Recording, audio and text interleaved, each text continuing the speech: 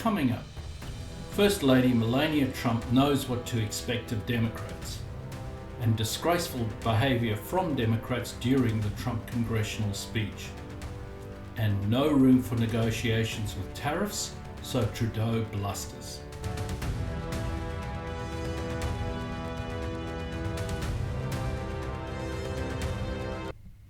First Lady Melania Trump makes a very prescient observation. I was heartened to learn that Senator Cruz and Senator Klobuchar united to prioritize this fundamental matter. I must admit, however, I expected to see more Democrats, leaders with us here today, to address this serious issue.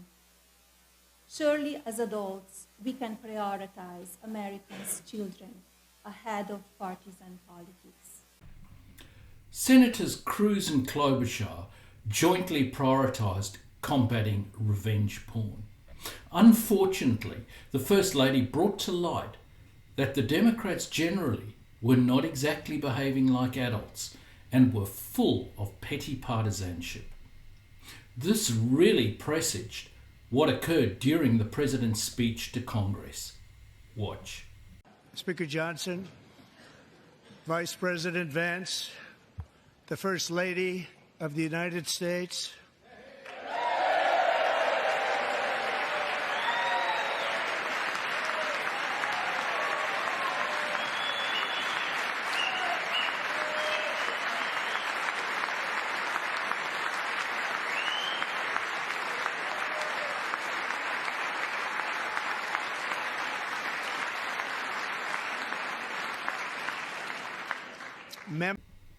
The First Lady has done nothing to the Democrats.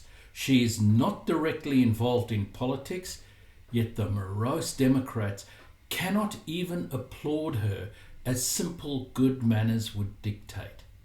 This sort of behaviour has clearly demonstrated just how destructive the Democrats have become. Their frustration and anger boiled down to not being able to simply be polite. They do not care about the nation. They care only about themselves and political power. If you enjoy this content, please like, share and subscribe. The Democrats' despicable behaviour didn't end there. 2-year-old nursing student named Laken Riley, the best in her class, admired by everybody, went out for a jog on the campus of the University of Georgia. That morning, Laken was viciously attacked, assaulted, beaten, brutalized, and horrifically murdered. Laken was stolen from us by a savage illegal alien gang member who was arrested while trespassing across Biden's open southern border and then set loose into the United States under the heartless policies of that failed administration. It was indeed a failed administration. He had then been arrested and released in a Democrat-run sanctuary city, a disaster, before ending the life of this beautiful young angel. With us this evening are Laken's beloved mother, Allison, and her sister, Lauren.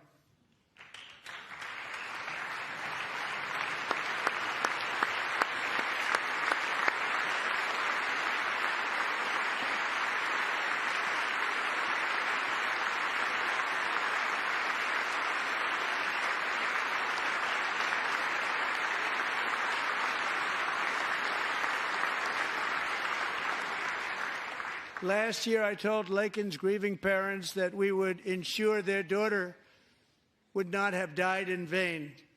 That's why the very first bill I signed into law as your 47th president mandates the detention of all dangerous criminal aliens who threaten public safety. It's a very strong, powerful act.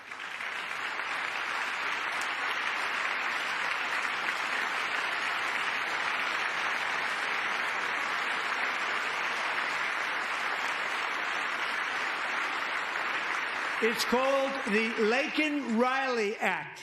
So Allison and Lauren, America will never, ever forget our beautiful Laken Hope Riley.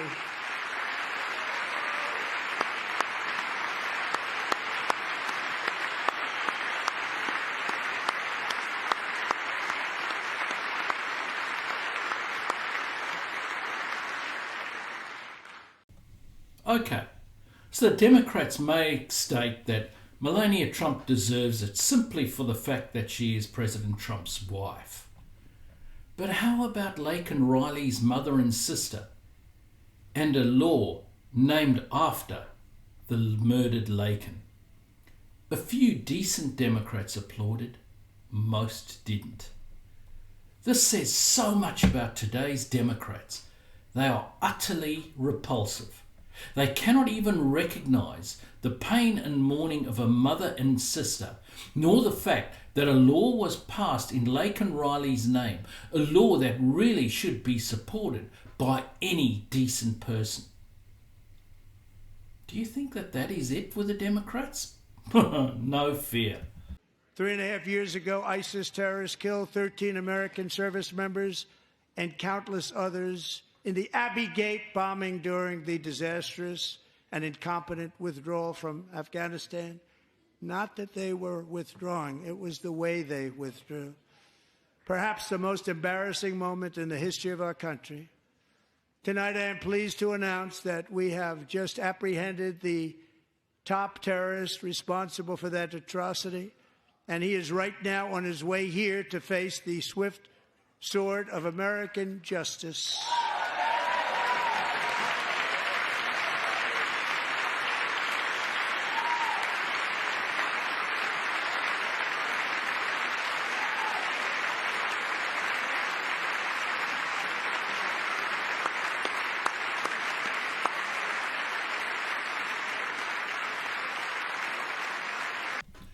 So, they cannot recognise the family of a murdered young woman.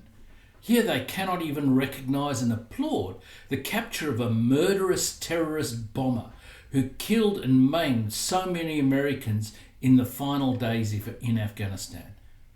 These people have no shame. They almost don't deserve the name of being part of American society.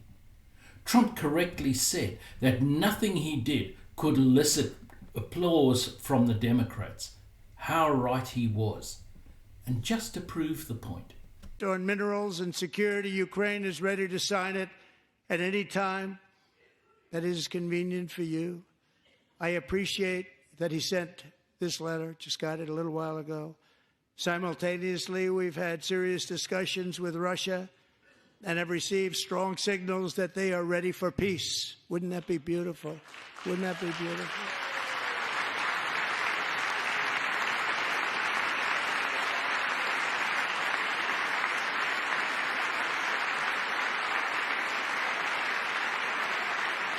Wouldn't that be beautiful?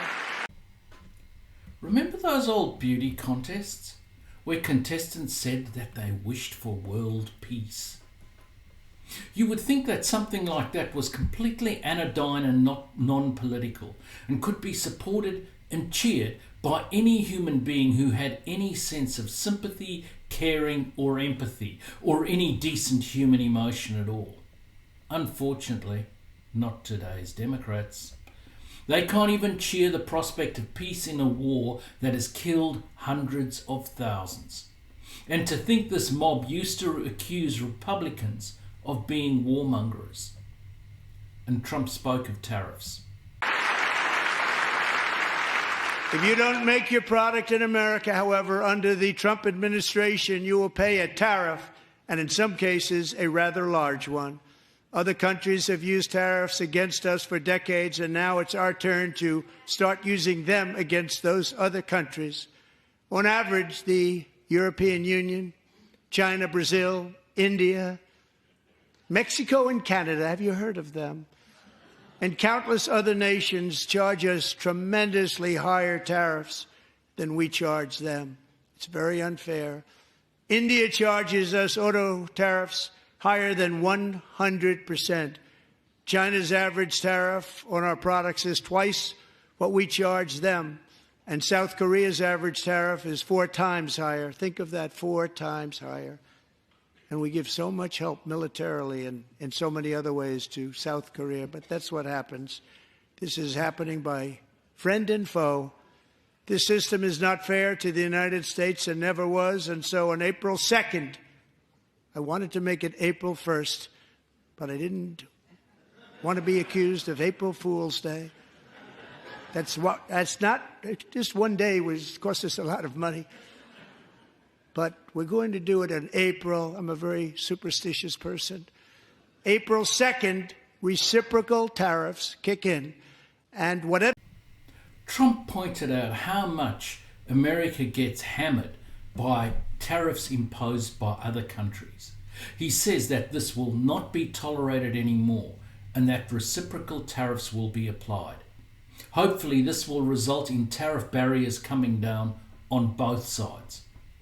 Trump did intimate that there would be some initial hurt and uncertainty, but that it would settle down to America's advantage. It would be good if other countries acted with alacrity, lowering their tariffs.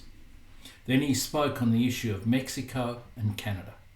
Much has been said over the last 3 months about Mexico and Canada, but we have very large deficits with both of them. But even more importantly, they've allowed fentanyl to come into our country at levels never seen before, killing hundreds of thousands of our citizens and many very young, beautiful people, destroying families. Nobody's ever seen anything like it. They are, in effect, receiving subsidies of hundreds of billions of dollars. We pay subsidies to Canada and to Mexico of hundreds of billions of dollars, and the United States will not be doing that any longer. Trump spoke of the issues of both fentanyl and hundreds of billions of dollars of effective subsidies to Mexico and Canada. Hopefully, this situation can be resolved quickly. And he spoke beforehand on Mexico, Canada, and China. Room left for Canada and Mexico to make a deal before midnight, and should we expect those Chinese tariffs, the extra 10%, to take No effect? room left for Mexico or for Canada. No, the tariffs, they're all set. They go into effect tomorrow. Mr. President, just to follow up on my colleague's question. And just so you understand, vast amounts of fentanyl have poured into our country from Mexico, and as you know, also from China, where it goes to Mexico and goes to Canada. And China also had an additional 10, so it's 10 plus 10. And it comes in from Canada and it comes in from Mexico, and that's a very important thing to say. Yeah, please, go ahead. Have you decided if you're going to suspend military aid to Ukraine? Have you made that decision? Well, I haven't even talked about that right now. I mean, right now, we'll see what happens. A lot of things are happening right now as we speak. I mean, literally as we speak. I could give you an answer and go back to my office, the beautiful Oval Office. I could go back into the Oval Office and find out that the answer is obsolete. It's like his business. It's obsolete. You come up with a new chip and it's obsolete about 2 minutes later, right? But that's what's good about his business. That's why he's the only one that's successful in it. But Trump says that there is no room left for Mexico or Canada as far as tariffs are concerned. They will be applied. Fentanyl is a major issue in terms of having applied these tariffs. Interestingly, on asked about Ukraine and weapon supplies, Trump states that the situation is moving so rapidly that he is not going to say anything definitive, as it would be likely to be obsolete almost before the words came out of his mouth. How right he was. As you could see on the issue of peace talked about earlier, it did move, with Zelensky having sent a message saying he is ready for peace and signing the rare earths deal. On tariffs, Trudeau has a dummy spit. So today, the United States launched a trade war against Canada, their closest partner and ally, their closest friend.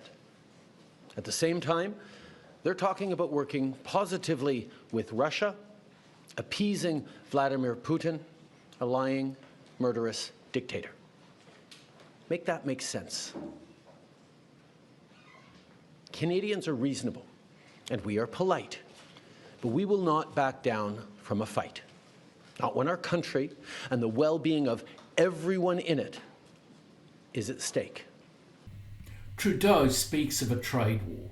That is not what this is about. Canada would very rapidly feel the impact of a real trade war. This is about fentanyl and an even playing field on the issue of tariffs, as Trump spoke of earlier. Trudeau then used platitudes. Now, to my fellow Canadians, I won't sugarcoat it. This is going to be tough, even though we're all going to pull together, because that's what we do. We will use every tool at our disposal so Canadian workers and businesses can weather this storm. From expanding EI benefits and making them more flexible to providing direct supports to businesses, we will be there as needed to help. But Canada, make no mistake, no matter how long this lasts, no matter what the cost, the federal government and other orders of government will be there for you. We will defend Canadian jobs. We will take measures to prevent predatory behavior that threatens Canadian companies because of the impacts of this trade war, leaving them open to takeovers. We will relentlessly fight to protect our economy. We will stand up for Canadians every single second of every single day because this country is worth fighting for. Trudeau goes on, talking tough, talking about Canadians pulling together. He was not so good about standing up for Canadians and pulling together when he blocked protesting truckers' ability to access their own money during COVID in freezing cold conditions. Trudeau is an absolute disgrace, as seems common with those on the left. But what do you think of the Democrats' behaviour? Please let me know in the comments below. And thanks for watching.